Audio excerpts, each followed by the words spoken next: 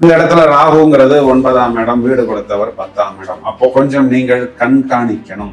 குழந்தைகள் நல்ல வாய்ப்புகளை கொண்டு வரும் பொழுது எந்த ஒரு பெற்றோரும் அதனை வேண்டாம் என்று சொல்ல போவதில்லை. அது பர்சனல் லைஃபாக இருந்தாலும்.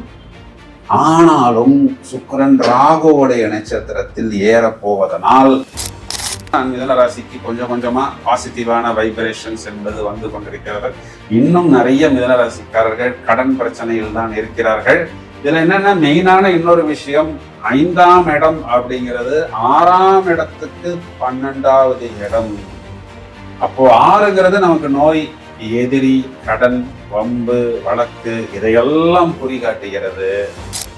இதில் ராகு என்பவர் மற்றவர் நம்மளுடைய குழந்தைகளை ஏதாவது ஒரு விஷயத்தில் மிஸ்லீடு செய்வார்கள் அப்படின்னா நம்மளுடைய குழந்தைகள் ஏமாற்றப்படலாம்.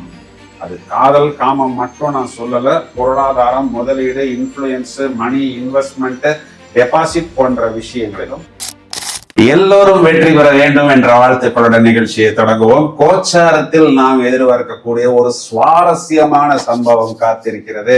என்ன சார் அப்படின்னா, துலா ராசியில் சுக்கிரன் ஆட்சி பலம் பெற போகிறார். சார், இது வழக்கமா வரக்கூடிய ஒரு விஷயம் தானே என்று நீங்கள் எனக்கு சொல்வது நன்றாக புரிகிறது.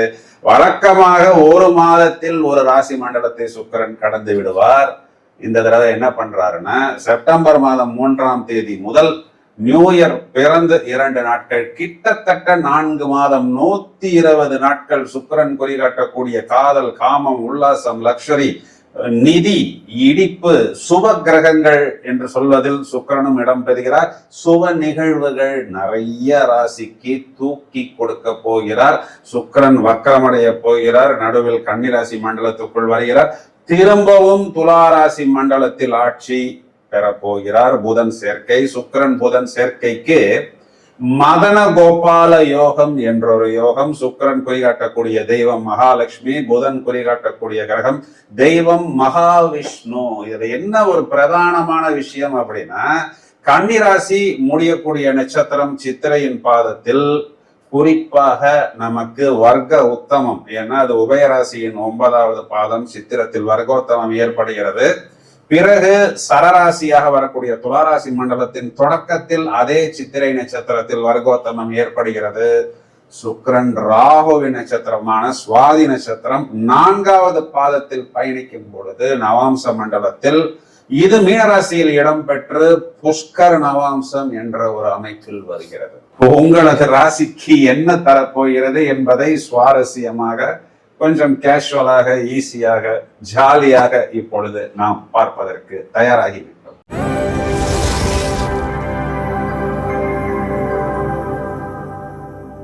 மிதுன ராசிக்கு இந்த பலன் என்ன செய்ய போகிறது? ராசிக்கு 5ஆம் இடத்தில், அதாவது நாம் மதிமயங்கக்கூடிய இடத்தில் சுக்கிரன் ஆட்சி, பிறகு புதன் சேர்க்கை, வெற்றி ஸ்தானாதிபதி சூரியன் சேர்க்கை. மிதுன ராசி அப்படின்னா பொதுவா எல்லாருக்குமே நன்றாகவே தெரியும், நன்றாக பேசக்கூடிய நபர்கள். மிதுன ராசிக்காரர்கள் ஒரு வார்த்தை சொல்றாங்க அப்படின்னா அதுல ஒரு 10 அர்த்தம் இருக்கும். இதுல என்ன விஷயம்னா, இதை கேட்கக்கூடிய நபர் ஒரு சிலவங்களுக்கு 2 அர்த்தம் புரியும், ஒரு சிலவங்களுக்கு 3 புரியும், ஒரு சிலவங்களுக்கு அதிகபட்சமா 5 அர்த்தங்கள் புரியும். சில நேரத்துல ரொம்ப நம்ம டைம் வேஸ்ட் பண்ணக்கூடாதுன்னு ஷார்ப்பாக நாம் பேசக்கூடிய வார்த்தைகள் சில நேரத்தில் அந்த அர்த்தத்தை மற்றவர்களுக்கு சொன்னாலும் தெரிந்தோ தெரியாமலோ அவர்களை கொஞ்சம் நெருடல்னு சொல்றோம் பாத்தீங்களா, ஹர்ட் பண்ணக்கூடிய வார்த்தைகளாகவும் வரும். அந்த வார்த்தைகள் தான் மிதுன ராசிக்காரர்களுக்கு நெகட்டிவே. அந்த வார்த்தைகள் நாம் வீசக்கூடிய பந்தாக சில நேரத்தில் பூமராங் என்று சொல்வதை போல் நம் மீதே வந்து ஆயும். சோ இது காலகட்டங்கள்ல இவங்க மதி மயங்கக்கூடிய இடத்தில் சுக்கிரன் அப்படிங்கிறதுனால வார்த்தைகள்ல கொஞ்சம் கிரீஸ் போடுவார்கள், கொஞ்சம் லூப்ரிகன்ட் போடுவார்கள். அந்த வார்த்தைகள் வெறும் வார்த்தைகளாக இல்லாமல் வர்ணனைகளாக மாறும். அப்போ என்ன ஆகும்? 5ஆம் இடம் மதி மயங்கக்கூடிய இடம். சாதாரணமா பேசுற ஒரு வார்த்தையே ஒரு பொய்டிக்கா, ஒரு வர்ணனையா, ஒரு கலைநயம், ரசனை இதெல்லாம் சேரும் பொழுது என்ன ஆகும் அப்படின்னா, புது ஃப்ரெண்ட்ஷிப்பு, பிஞ்சு போன தேஞ்சு போன பழைய ஃப்ரெண்ட்ஷிப்னா நான் சொல்றது காதல், பழைய நட்பு, பழைய உறவு முறை, இதெல்லாம் வந்து சாதாரணமா ஹாய் பாய் அப்படிங்கிற மாதிரி மெசேஜாக இல்லாமல், சாப்பிட்டீங்களா, தூங்கிட்டீங்களா அப்படிங்கிற மாதிரி பிஞ்சு போனதை திரும்பவும் பிரிந்து போனதை சேர்த்து பயணிக்கலாம் அப்படிங்கிற மாதிரி பழைய தொடர்புகள் நாம் ஃப்ரெண்ட்ஸாக திரும்பவும் தொடருவோம் அப்படின்னு தான் ஆரம்பிப்பார்கள். நம்ம கணக்குக்கு அவங்க போடுற மெசேஜ் ஃப்ரெண்ட்ஷிப், ஆனா அவங்க கணக்குக்கு ஃப்ரெண்ட்ஷிப் தொடங்கி அதை எங்க போய் முடிக்கலாம் அப்படின்னு அவர்களே அதற்கு ஒரு ஸ்கெட்ச் போட்டிருப்பார்கள்.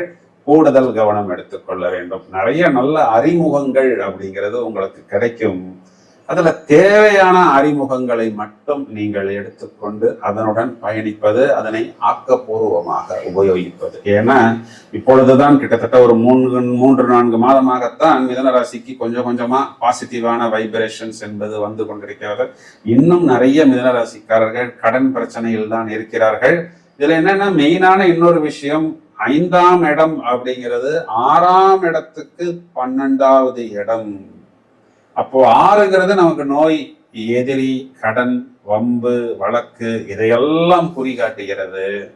இது காலகட்டங்கள்ல 6ஆம் அதிபதி நீசம் அப்படிங்கிறதும் 5ஆம் அதிபதி ஆட்சி அப்படின்னு சொல்வதுமே இந்த எல்லா விஷயத்துக்கும் ஒரு முற்றுப்புள்ளி, ஒரு வைத்தியரை மாற்றுவதன் மூலம், ஒரு மருத்துவரை மாற்றுவதன் மூலம், ஒரு வழக்கறிஞரை மாற்றுவதன் மூலம், இல்லைன்னா ஆப்போசிட் பார்ட்டி கேஸை வித்ட்ரா செய்து கொள்வதன் மூலம், இந்த மாதிரி லோனை தீர்த்து கொள்வதன் மூலம் நிறைய நமக்கு பிளஸ் பாயிண்ட் என்பது இருக்கிறது. அதாவது எதையெல்லாம் நாம் பிரச்சனை என்று நினைத்தோமோ அதற்கெல்லாம், எதையெல்லாம் நாம் தலைவலி என்று நினைத்தோமோ அதற்கெல்லாம் கண்டிப்பாக கோச்சாரத்தில் இந்த கிரக நிலைகள் உங்களுக்கு தீர்வை பூரணமாக ஏற்படுத்தி கொடுக்கும்.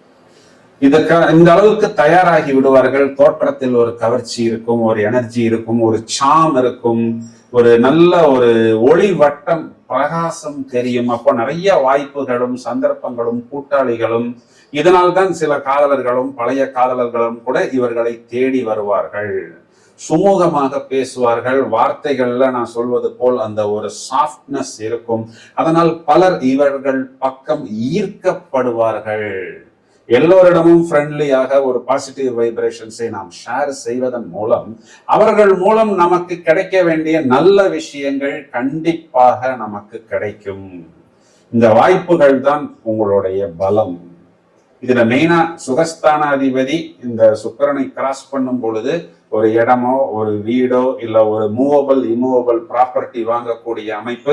சுக்கிரன் முதல்ல செவ்வாயோடைய நட்சத்திரம் அப்படிங்கிறதுனால அதுக்காக கொஞ்சம் லோன், இந்த லோன் எல்லாம் சுப லோன், எல்லா லோனுமே நெகட்டிவ் லோனாக எடுத்துக்கொள்ள வேண்டாம்.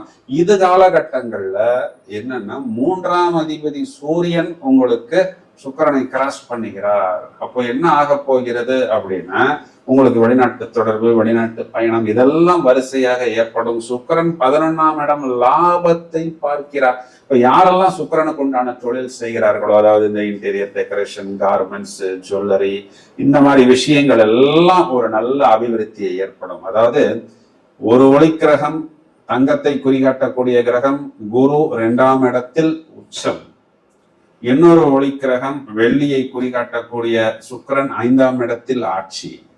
அப்போ இது ரெண்டும் நமக்கு சேரும் பொழுது சுக்கிரன் 10ஆம் இடத்தை சுக்கிரன் 11ஆம் இடத்தை பார்க்கும் பொழுது, குரு 10ஆம் இடத்தை பார்க்கும் பொழுது, இதை இன்னொரு ஆங்கிள் நம்ம எடுத்தோம் அப்படின்னா தொழில், உத்தியோகம், வருமானம் இந்த ஆஸ்பெக்ட்ல எல்லா பாலிலும் கண்டிப்பாக நாம் 6 அடிக்க முடியும்.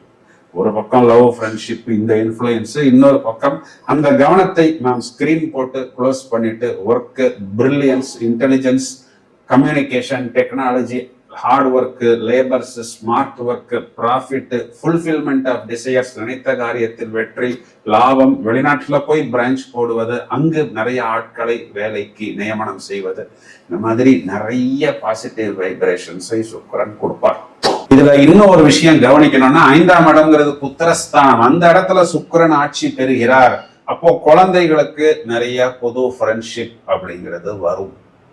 அவர்கள் படிக்கும் இடத்துல, இல்லைன்னா அவர்கள் வேலை செய்யக்கூடிய இடத்துல. ஏன்னா குரு அப்படிங்கிறது 2ஆம் இடம், இந்த இடத்துல ராகுங்கிறது 9ஆம் இடம், வீடு கொடுத்தவர் 10ஆம் இடம். அப்போ கொஞ்சம் நீங்கள் கண்காணிக்கணும். குழந்தைகள் நல்ல வாய்ப்புகளை கொண்டு வரும் பொழுது எந்த ஒரு பெற்றோரும் அதனை வேண்டாம் என்று சொல்ல போவதில்லை. அது பர்சனல் லைஃபாக இருந்தாலும் ஆனாலும் சுக்கிரன் ராகுவுடைய நட்சத்திரத்தில் ஏறப்போவதனால் நம்மளுடைய குழந்தைகளுக்கு கொஞ்சம் விவரம் தெரியாமல், அதான் ஒரு உலகம் தெரியல, வெளுத்ததெல்லாம் பால்னு சொல்றோம் அப்படிங்கிற மாதிரியான அமைப்பில் இருப்பார்கள். இதில் ராகு என்பவர் மற்றவர் நம்மளுடைய குழந்தைகளை ஏதாவது ஒரு விஷயத்தில் மிஸ்லீடு செய்வார்கள். அப்படின்னா நம்மளுடைய குழந்தைகள் ஏமாற்றப்படலாம். அது காதல் காமம் மட்டும் நான் சொல்லல, பொருளாதாரம், முதலீடு, இன்ஃப்ளூயன்ஸ், மணி, இன்வெஸ்ட்மெண்ட், டெபாசிட் போன்ற விஷயங்களிலும் கொஞ்சம் கூடுதல் கவனம் எடுத்துக்கொண்டால், ஜஸ்ட் நீங்க அவங்கள மானிட்டர் மட்டும் பண்ணிக்கிட்டு டெய்லி இந்த ஒரு விஷயத்த ஒரு 5 minutes 10 minutes அவர்களுடன் ஷேர் செய்து கொண்டிருந்தாலே போதும்.